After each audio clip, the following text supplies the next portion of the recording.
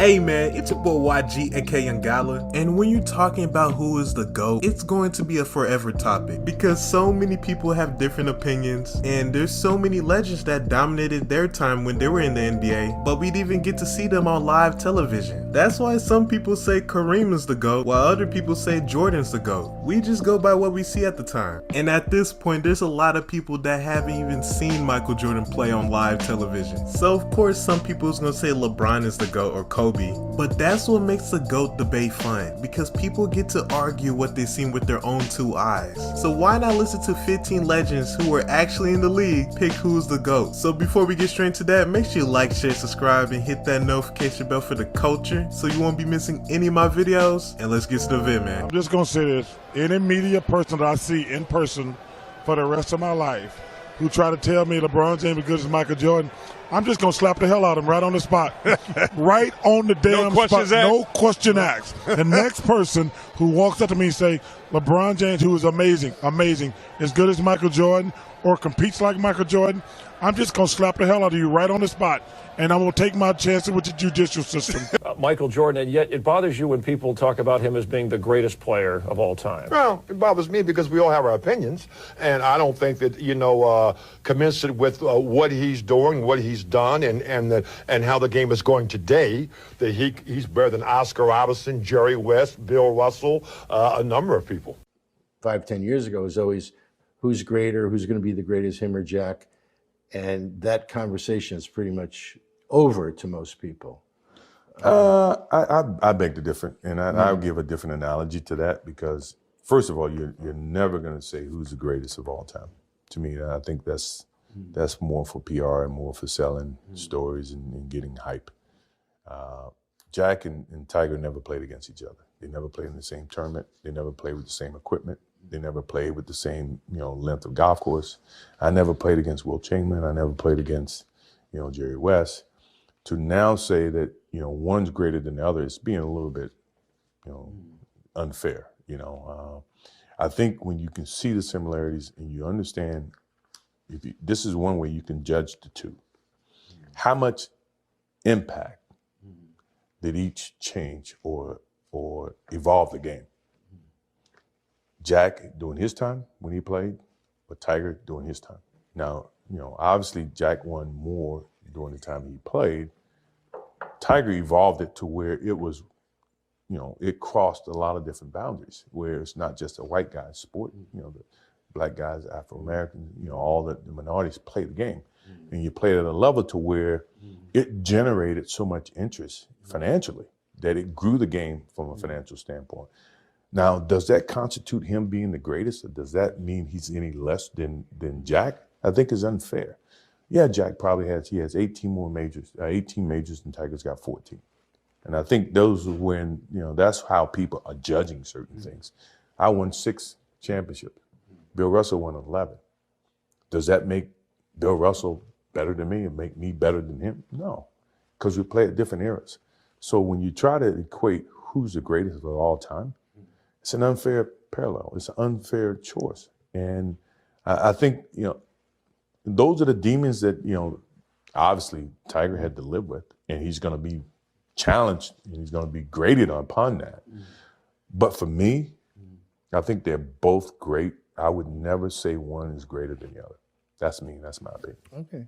What do you reckon? Fine. I'm the best. Michael's second best. LeBron's I'd like to say congratulations to Chicago also. Michael Jordan is truly the greatest of our time.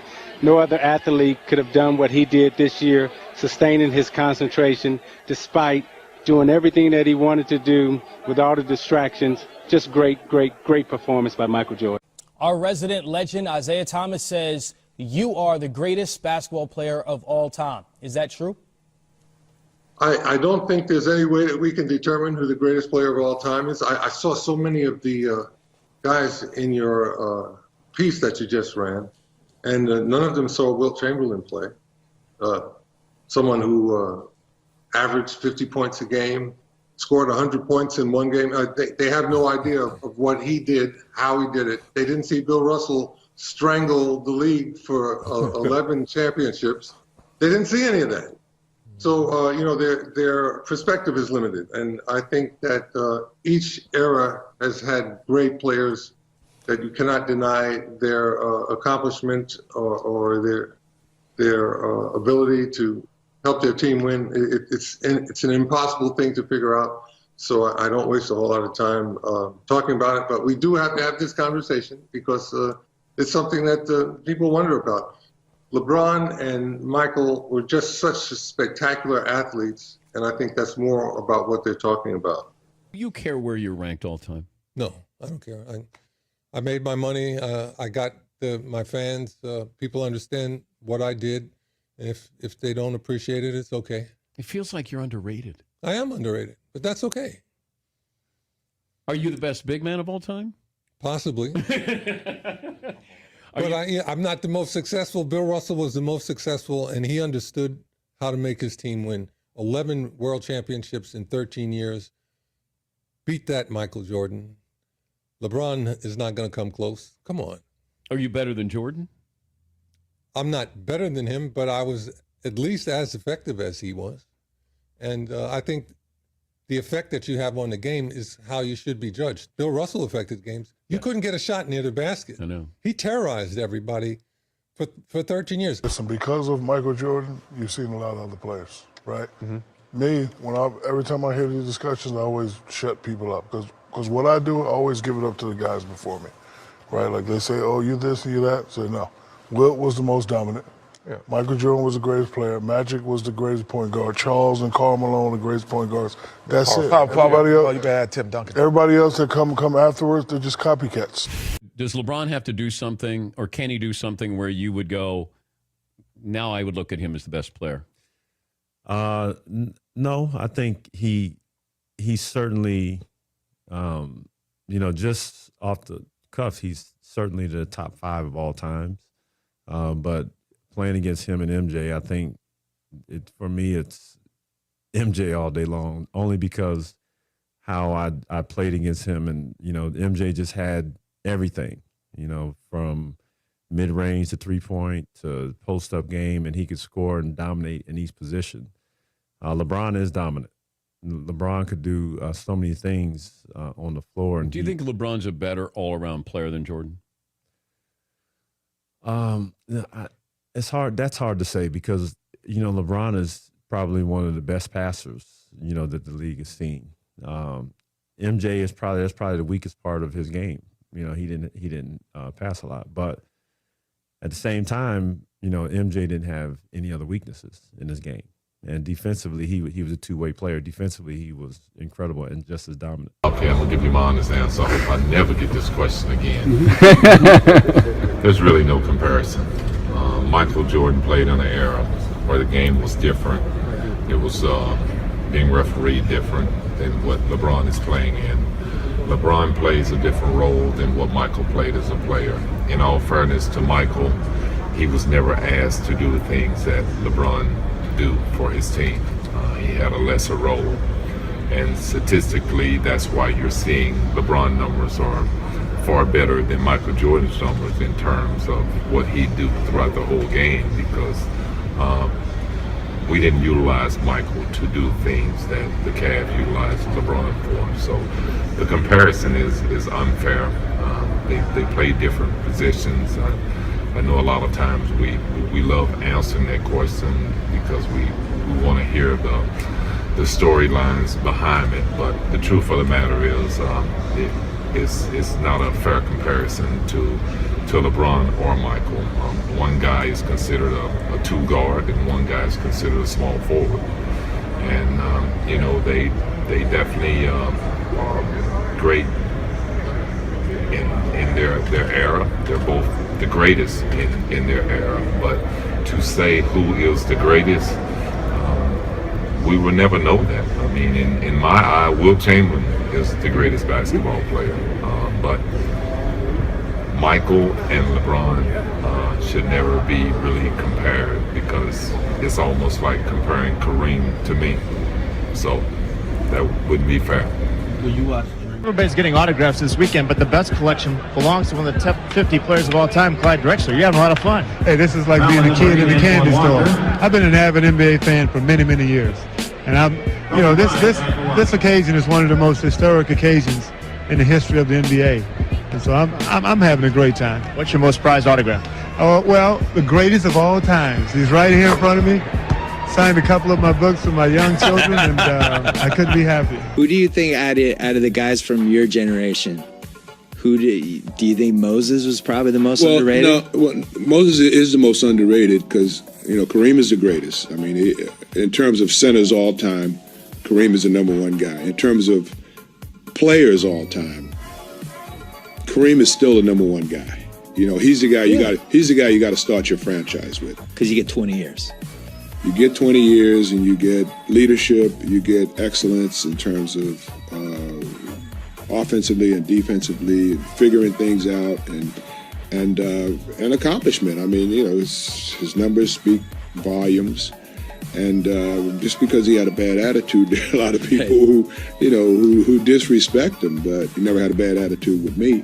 And I met him back in 1970, and I don't think there's ever been a more potent weapon to step on a basketball court than Kareem Abdul-Jabbar. There wouldn't be no Hall of Fame Allen Iverson standing at this podium if it wasn't for this guy. He gave me the vision, man. And, you want to be fast like Isaiah, and you want to shoot like Bird, rebound like Barkley, pass like Magic, be dominant like Shaq. But man, I wanted to be like Mike. You know what I mean? I remember the first time I played against him. And I walked out on the court and I looked at him,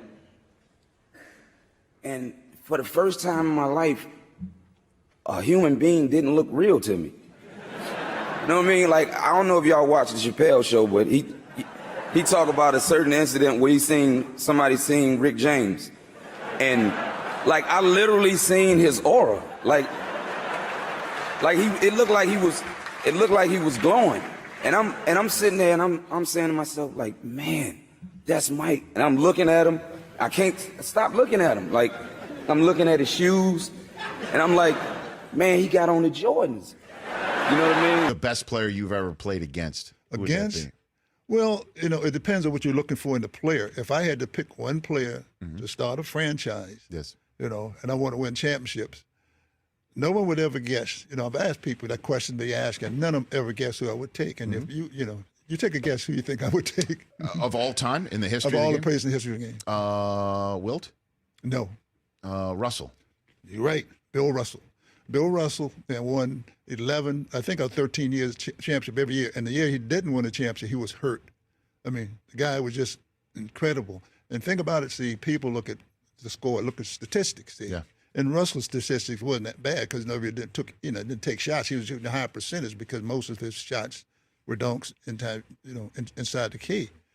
And the guy was incredible. I mean, the way he played, And people were just shocked. They said, Russell, and they'll just look at the stats and see the guy there with 12, 13 points a game. Sure. But look at the intangible things. Hey, he's going to save you 30, 40 points. I think when you put the greatest of all time right at the top of the list, Michael Jordan combined some elements that I haven't seen in a basketball player. The totality of his game is enormous. Because Michael had that swagger, he had that killer look in his face, someone who I greatly admire. A couple years ago, after we won the championship, you said, look at his face. You said. So everyone saw me crying. Like, that was all for 52 years of everything in sports was going on in Cleveland. And then after I stopped, I was like, that one right there made you the greatest player of all time. Everybody was just talking how they were the greatest team of all time. Like, they was the greatest team ever assembled. And for us to come back, the way we came back in that fashion, I was like, you did something special.